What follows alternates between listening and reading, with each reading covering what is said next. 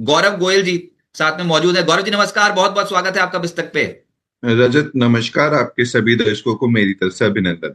Sir लेकिन ये बयानबाजी बाजार को झटके दे रही है, अब निवेशक हो रहे हैं परेशान। पहले तो वो बोलते कि डील नहीं हुई तो परिणाम अच्छे नहीं होंगे, फिर बोलते हैं अच्छा 10 दिन की डेडलाइन बढ़ा देता हूँ ईरान के लिए, 6 अप्रैल रात तक का समय दे देता हूँ। और उसके बाद फिर बोलते हैं कि ईरान गुहार लगा रहा है इस डील को करने की, भीख मांग रहा है मुझसे। और ईरान कह रहा है भाई क्या कर रहे हैं, ये सीज फायर का प्रस्ताव ईरान ने कंप्लीटली खारिज कर दिया है। वो बोल रहे हैं अपनी शर्तों पर युद्ध खत्म करेंगे, डोनाल्ड ट्रंप की शर्तों पर नहीं। आप कैसे देखते हैं इसको? तो रजत, जब नेगोशिएशंस होते हैं या फिर बातचीत किसी तरह की कोई चल रही होती है तो साथ में पोस्चरिंग करी जाती है। मेरे ख्याल से इस समय दोनों तरफ से पोस्चरिंग करी जा रही है, ईरान की तरफ से भी और अमेरिका की तरफ से। अमेरिका साथ में इसके अलावा वो लोग जो हैं मिलिट्री पोस्चरिंग भी कर रहे हैं। आपको मालूम है बहुत सारे मरीन्स वहां पे आए हैं, सोल्जर्स आसपास लेके आए हैं। अपने अपने बहुत सारे उन्होंने शिप्स भी वहां पे रखे, मिलिट्री शिप्स भी वहां पे आसपास लेके आए हैं। So basically this is the time negotiation को अपनी तरफ झुकाने के लिए पोस्चरिंग चल रही है। This is what I think Rajat. और वही चल रहा है इस समय। अ, आप बोलेंगे तो मैं एक तीन सिनेरियोज हैं मेरे पास जो वॉर रिलेटेड हैं और they will effect markets as well. तो उनके बारे में मैं बात कर सकता हाँ जी सर। अब सिनेरियो सिनेरियो में आप बताएं, वो तो गोल्डमैन सैक्स और बर्नस्टीन की रिपोर्ट आ रखी है, ऐसी खतरनाक रिपोर्ट वो छाप रहे हैं अब। तो आप पहले अपने सिनेरियो बताएं कि क्या सिनेरियो है मार्केट का भी। हूँ।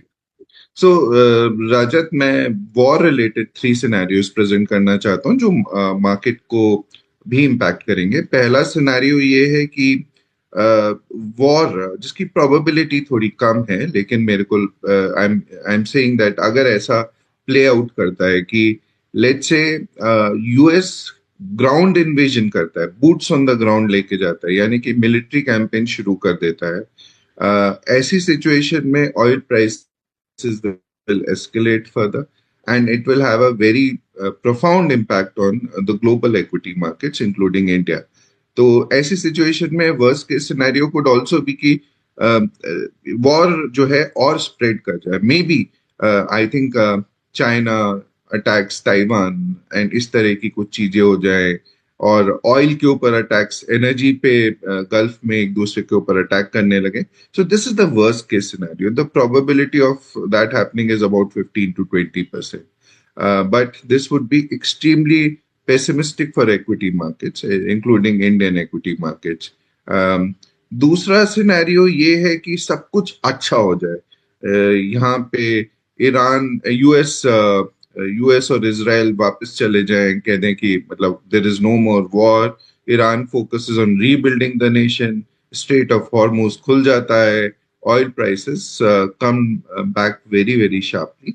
And the probability of that happening is around 20% also. जब सब कुछ हंकी डोरी हो, सब कुछ बहुत बढ़िया लगे, ऐसे में equity markets में you might see a sharp rebound, maybe touching the previous highs or even exceeding that. The probability of such an event is also less. To my mind, it is about 20% again. The more realistic scenario, Rajat, is कि यहाँ से I don't think US wants to prolong this war because it would be counterproductive for them. और मेरे को लगता है ऐसी situation में US will back off while Iran and Israel will continue fighting the way they have been doing for last 50 years. जैसे पिछले 50 साल 60 साल में वो लोग आपस में एक दूसरे से लड़ते आए हैं, वही चलता रहेगा। यूएस बैक ऑफ कर जाएगा, रियलाइज करेगा कि ग्राउंड इन्वेजन का कोई फायदा नहीं है, जो कुछ मिलना था ईरान से वो फायदा मिल चुका है, जो कुछ उन्हें करना था इससे ज्यादा वो अचीव कुछ नहीं कर सकते हैं। ऐसी सिचुएशन में oil prices will start stabilising slowly. हम लोगों को मालूम है ऑयल प्राइसेस में otherwise the demand supply equation before the war was wherein demand was less and supply was more. धीरे धीरे करके oil prices नीचे आ जाएंगे, and but it would take some time, and equity markets would start moving up worldwide, including that in India. But it won't be really a sharp vertical rise, but it would be more or less start coming towards the realistic levels, and things become much better than what they are at the moment. So ये मुझे most realistic scenario लगता है इस समय, and let's see how it plays out. But if I have to bet, probably I would bet on this scenario. लेकिन जो निवेशक है वो परेशान हो गए हैं कि ये डोनाल्ड ट्रंप की बयानबाजी से कैसे निपटा जाए, और प्रॉब्लम यही है कि बाजार लगातार गोते पे गोता ही लगाता चला जा रहा है। एक आस जो होती है ना वो नहीं छूटती स्टॉक मार्केट पे। जैसे आप पिछले लो से अब तक लगभग 800 पॉइंट से ज्यादा की रैली पकड़ चुके हो, लेकिन झटके ऐसे मिलते हैं 200-200 पॉइंट्स के, 250 पॉइंट्स के, कि निवेशक परेशान होते हैं और हमेशा कहते हैं कि स्टॉक मार्केट पे शॉर्ट टर्म नहीं लेकिन लॉन्ग टर्म की अप्रोच रखनी चाहिए।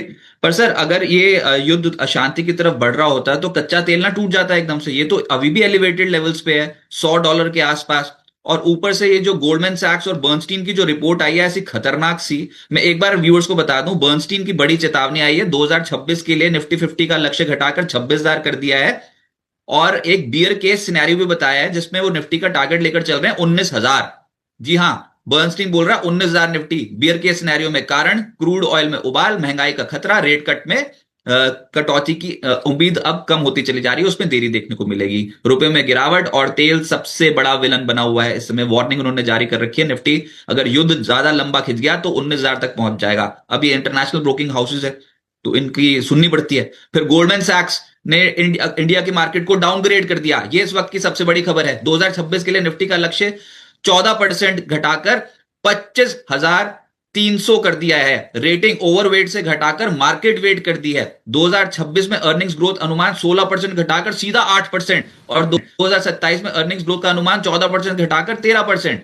सर बहुत ज्यादा नेगेटिव रिपोर्ट्स गोल्डमैन सैक्स।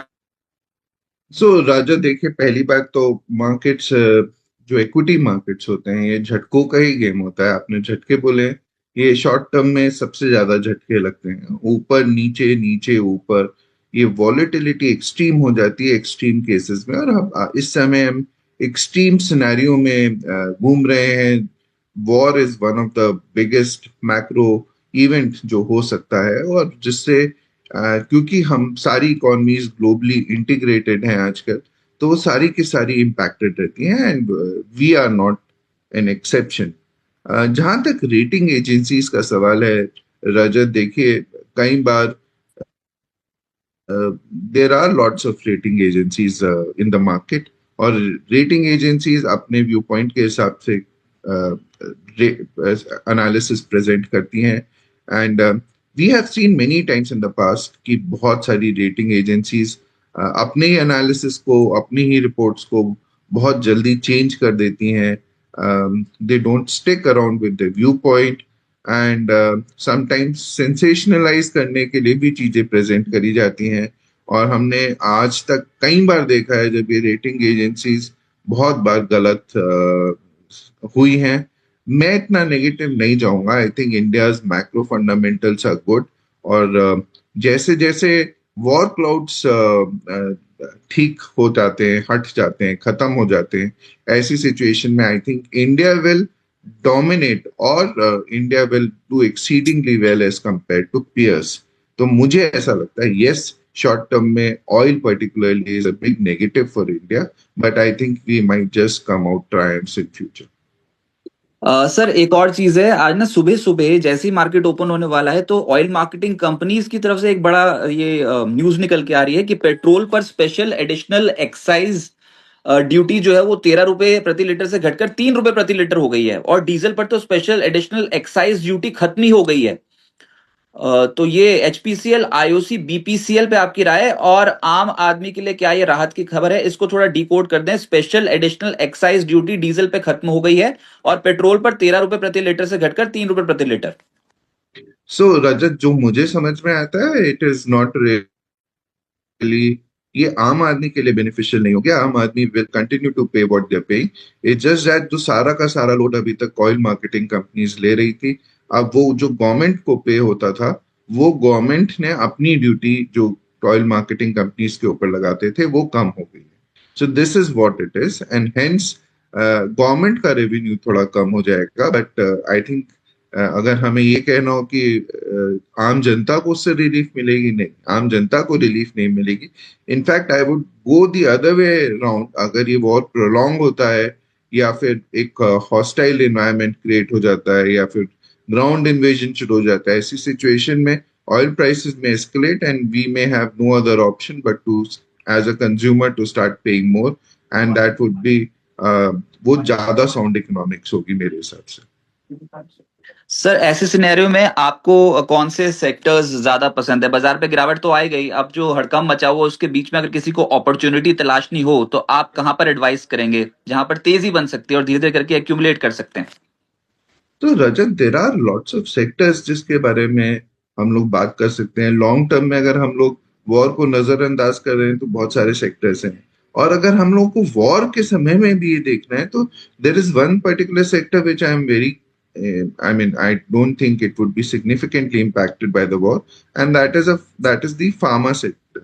मेरे को नहीं लगता कि फार्मा सेक्टर पे as such कोई प्रॉब्लम आएगी। दिस इज वन सेक्टर जहाँ पे Indian companies are doing very well. They are very well integrated with the global supply chains. और बहुत सारे ड्रग्स जो हैं ऑफ पेटेंट हो रहे हैं, and India stands a very good chance to capitalize on the markets opening up over here. तो हमें फार्मा सेक्टर बहुत अच्छा लगता है। इसके अलावा हम हमेशा से बात करते रहे, बैंकिंग फाइनेंशियल सेक्टर हमें अच्छा लगता है। यहाँ पे एक डिसेंट करेक्शन हो चुका है, और ऐसी सिचुएशन में there are all kinds of banks, private sector banks, आपका small banks and public sector banks, ये सब हमें अच्छे लगते हैं। The gap between private sector banks and public sector banks is also narrowing now in terms of जो fundamental price variation होता था वो भी कम होता जा रहा है। एनबीएफसीज भी मेरे ख्याल से जब as and when war clouds dissipate तो NBFC should also start performing. मेरे को लगता है this sector is another sector to look out for. Third sector is the capital market related space, जो हमें बहुत अच्छी लगती है, और ये मैं लॉन्ग टर्म पर्सपेक्टिव से बोल रहा हूँ रजत, क्योंकि यहाँ पे हम लोग अभी भी अंडर पेनिट्रेटेड है। A very small section of Indian population is into capital markets. As we grow and mature, lot more people will enter into equity markets, deepening capital markets, and hence जो भी associated capital market companies हैं या पूरा जो ecosystem है, that looks very attractive. You just have to identify the right companies, whether they are wealth management companies, whether they are brokers, exchanges, और pure play। आपको ये इन सब यहाँ पे जितना भी आप identify कर सकते हैं अच्छी companies को, I think that would be the right space to get into it. Lastly, I would also say रजत कि ये जितने भी न्यू एज टेक्नोलॉजी companies हैं, I think we remain very optimistic on it.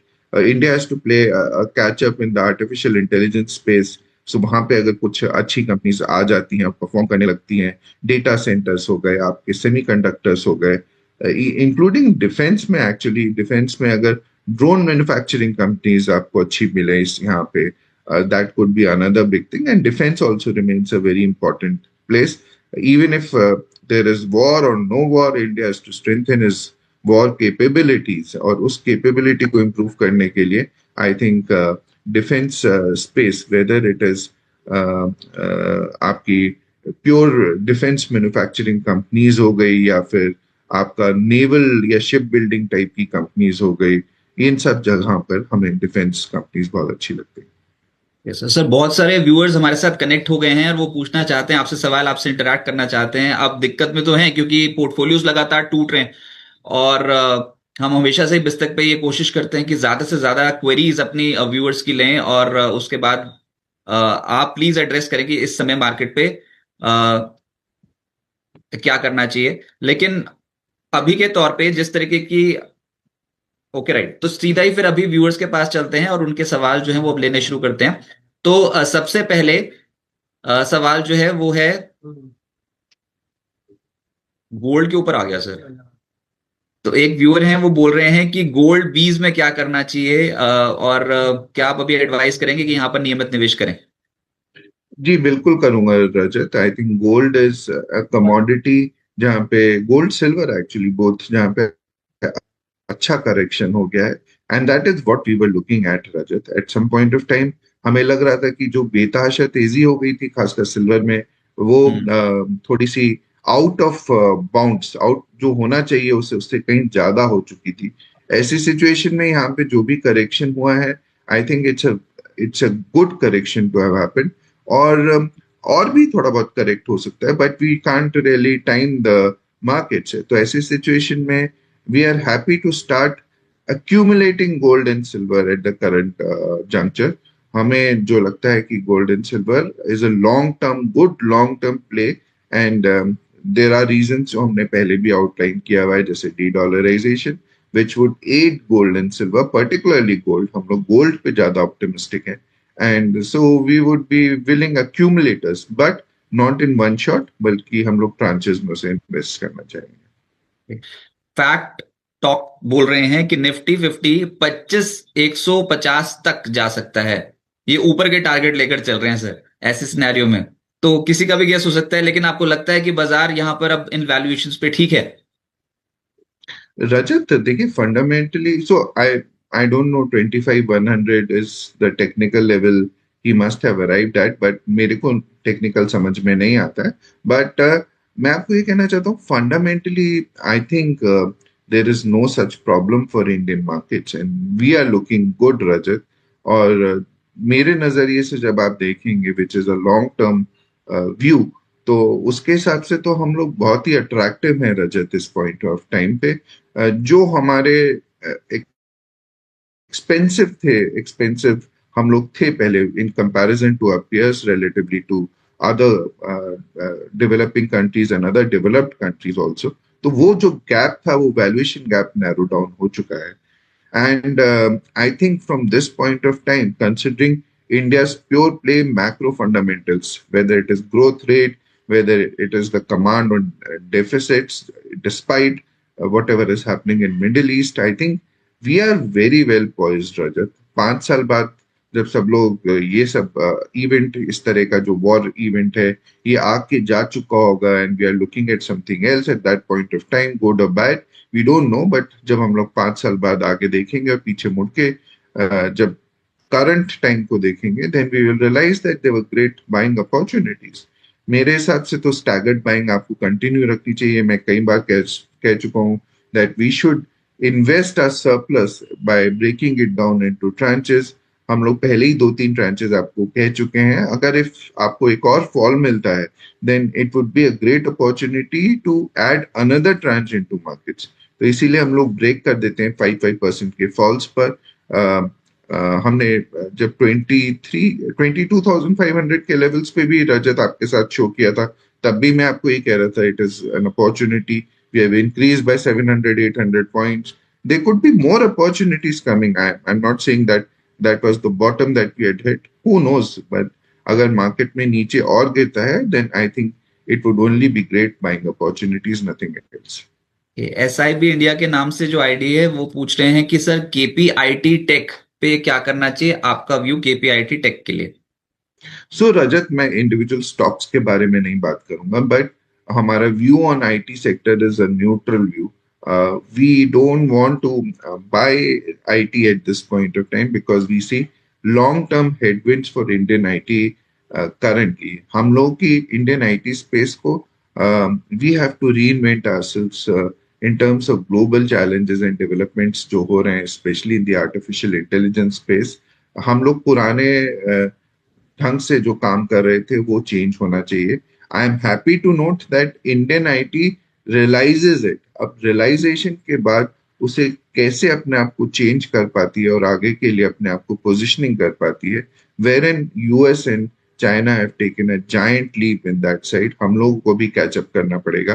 कुछ हमारे पियर्स हैं, जैसे जापान हो गया या ताइवान हो गया या कोरिया हो गया, इन्होंने भी बहुत आगे बढ़ चुके हैं स्पेस में। हम लोगों को we need to really catch up and catch up fast because AI is changing the world and we can not lag behind in that space. तो मैं आईटी को न्यूट्रल व्यू रख के, न्यूट्रल भी सिर्फ इसलिए रखूंगा क्योंकि आईटी सेक्टर काफी पिट चुका है, वैल्यूएशंस वहां पे काफी गिर चुके हैं, but not yet in my buying zone at the moment, unless I see a major change happening in the way Indian IT is functioning, I will not get into it. Sir उगी नाम से एक जो ID है उन्होंने पूछा है कि एलआईसी और लेमन ट्री लॉन्ग टर्म के लिए। एलआईसी को वैसे आज इनकम टैक्स नोटिस मिल रखा है, पेनल्टी भी अच्छी खासी है जो फाइनेंशियल पे इम्पैक्ट डालेगी, तो एलआईसी के ऊपर आपका अभी क्या व्यू है? So I will not talk about individual stocks, but insurance space हमें अच्छी लगती है रजत. I think just like capital markets, insurance space भी under penetrated है इंडिया में. बहुत कम लोगों ने इंश्योरेंस ले रखा है. But I think insurance should be taken as insurance and not in any other form. So insurance companies, as and when India develops more people, again, the theory is the same. More and more people will get into the insurance side, whether it is life or general. I think all the companies in that space, good companies, will stand to gain. Penetration बढ़ेगा, India develop करेगा, but your view has to be very, very long term. और hotel sector पे आपकी राय? सवाल तो lemon tree पे आया था, और एक्सपेंशन पाथ पे है कंपनी, लेकिन ओवरऑल होटल सेक्टर अभी आपको कैसा लग रहा है? जी रजत, बहुत अच्छा लगता है. And this hotel space, I think यहाँ पे there is tremendous scope for growth, and already we are seeing यहाँ पे massive Indian hotel industry is developing in a big way. More and more Indians are traveling and using hotel services, and Indian hotel space is evolving in a much better fashion. Demand is there, Rajat, and I think hotel industry over a long period of time should do extremely well. वैसे stocks अभी नहीं चल रहे हैं तो निवेशक परेशान हो रहे हैं, चाहे एलआईसी की बात करें या फिर लेमन ट्री की बात करें, कोई स्टॉक चल ही नहीं रहा है। और ये कितना लंबा समय लगाएंगे किसी को पता ही नहीं, सब अपने अपने जिन्होंने पहले खरीद रखा था वो बस लेके बैठे ही, कभी ना कभी चल जाएंगे।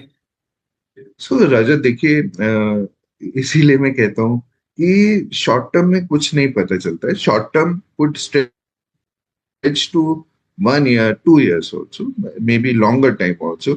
तो यहाँ पे जो है पेशेंस बहुत इंपॉर्टेंट होती है. Stock market is a game where money flows from impatience to patience. Impatient लोगों से पेशेंट लोगों की तरफ जाता है.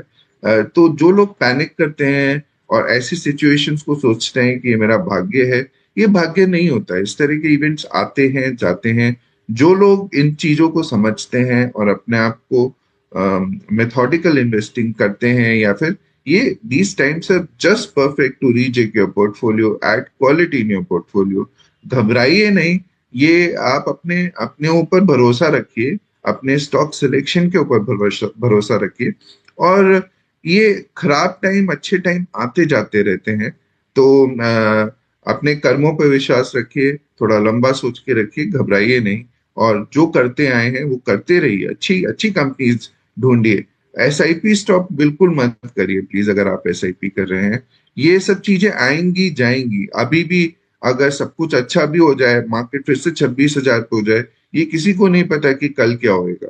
But we know that in long term, 5 years down the line, things would look extremely rosy. Maybe you might see exceptional returns on your portfolio, but आपको patience रखनी पड़ेगी. नॉइज को कट डाउन करना पड़ेगा. ये जितनी नॉइज आज आप इस समय देख रहे हैं, आप अपने कान जितने बंद करके रख सकते हैं उतना ही अच्छा रहेगा.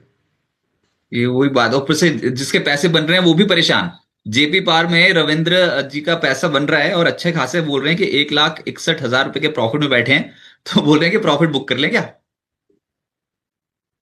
सो देखिए, मैं कंपनी के बारे में तो नहीं बात करूंगा, पर मैं ये जरूर कहूंगा कि ये आपकी अपनी इंडिविजुअल फिलॉसफी होगी.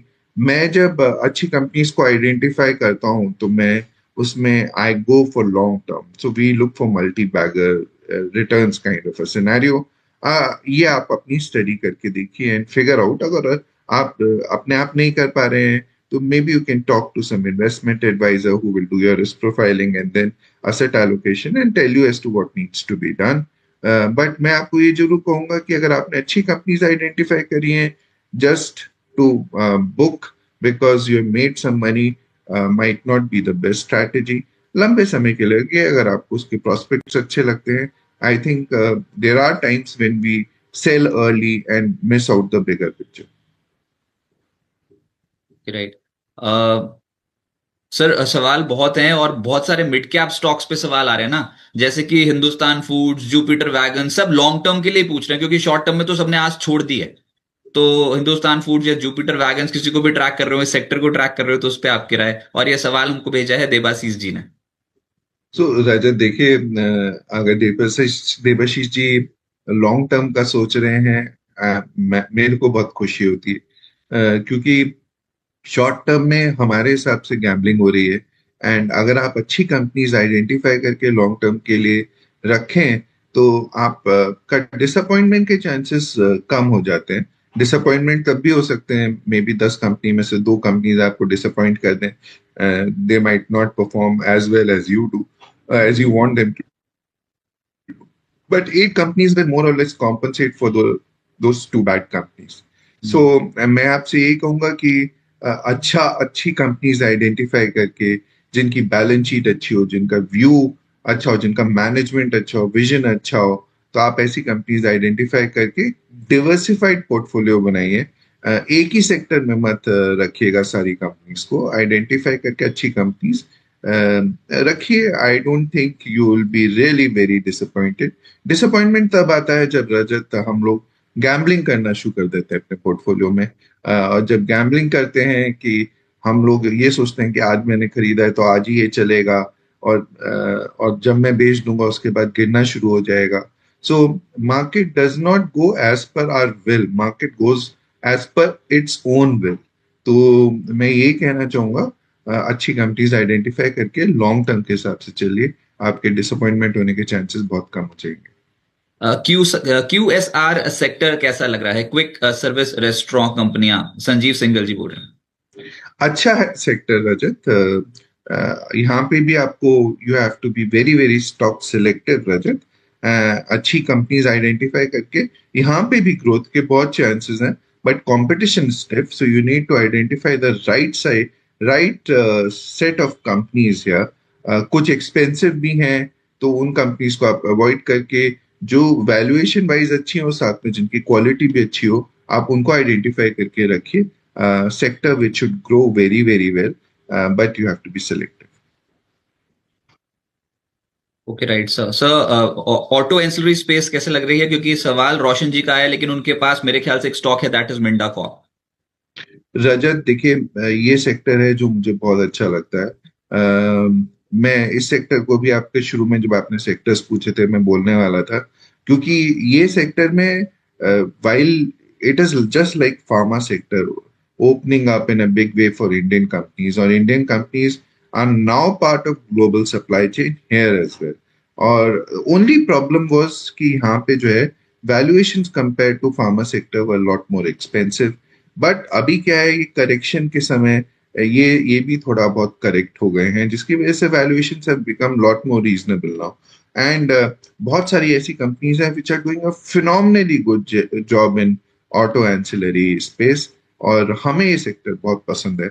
सो we would not hesitate to buy at the current juncture in this particular space. Right sir. Balkrishna Industries, Sanjeev Singhal ji वो पूछ रहे हैं क्या ये अच्छा लग रहा है? आप स्टॉक स्पेसिफिक, वैसे सर एक स्टॉक स्पेसिफिक सभी ये बोलती है कि अगर आपके पोर्टफोलियो में ना हो तो आप उस पर बोल सकते हैं। जैसे अभी जैसे बालकृष्ण इंडस्ट्रीज अगर आपने बोल दिया कि मैं काउंटर स्पेसिफिक नहीं बोलूंगा, तो हमें लगेगा कि आपके पोर्टफोलियो में है। So Rajat, there are compliance reasons which I would not want to talk about individual companies, but मैं ये जरूर कहूंगा कि ओवरऑल जैसे मैंने आपको बताया, automobile space, even Balkrishna industries is of road tyres बनाते हैं ये। बल्क ऑफ इट इनका जो है ये लोग एक्सपोर्ट करते हैं टू यूरोपियन कंट्रीज। अब मैं इससे ज्यादा कुछ नहीं बोलना चाहूंगा, बट मैं ये जरूर बोलूंगा कि अच्छी कंपनीज आइडेंटिफाई करके रखिए। एंड आपको थोड़ी सी रिसर्च करनी पड़ेगी, इन्वेस्टमेंट एडवाइजर्स को ढूंढना पड़ेगा। एक्चुअली हम लोग जब भी रिकमेंड करते हैं कुछ भी चीजें, तो हम लोग कस्टमर्स के पोर्टफोलियो को स्टडी करते हैं, उनकी रिक्वायरमेंट्स को स्टडी करके रिस्क एनालिसिस करते हैं, and thereafter we create a diversified portfolio for them. So without doing that, it would be not be right on my part to talk about individual companies. Sir बहुत शुक्रिया। कोई disclaimer आपका जिन भी stocks पे आपने चर्चा की? जी, जैसे रजत मैंने बताया, I am a SEBI registered investment adviser. Whenever we recommend anything, we do risk profiling of our clients and thereafter तभी हम लोग कुछ रिकमेंड करते हैं। हमारा निजी निवेश भी हो सकता है इक्विटी मार्केट्स में, हमारी फैमिली का भी हो सकता है, हमारे क्लाइंट्स का भी हो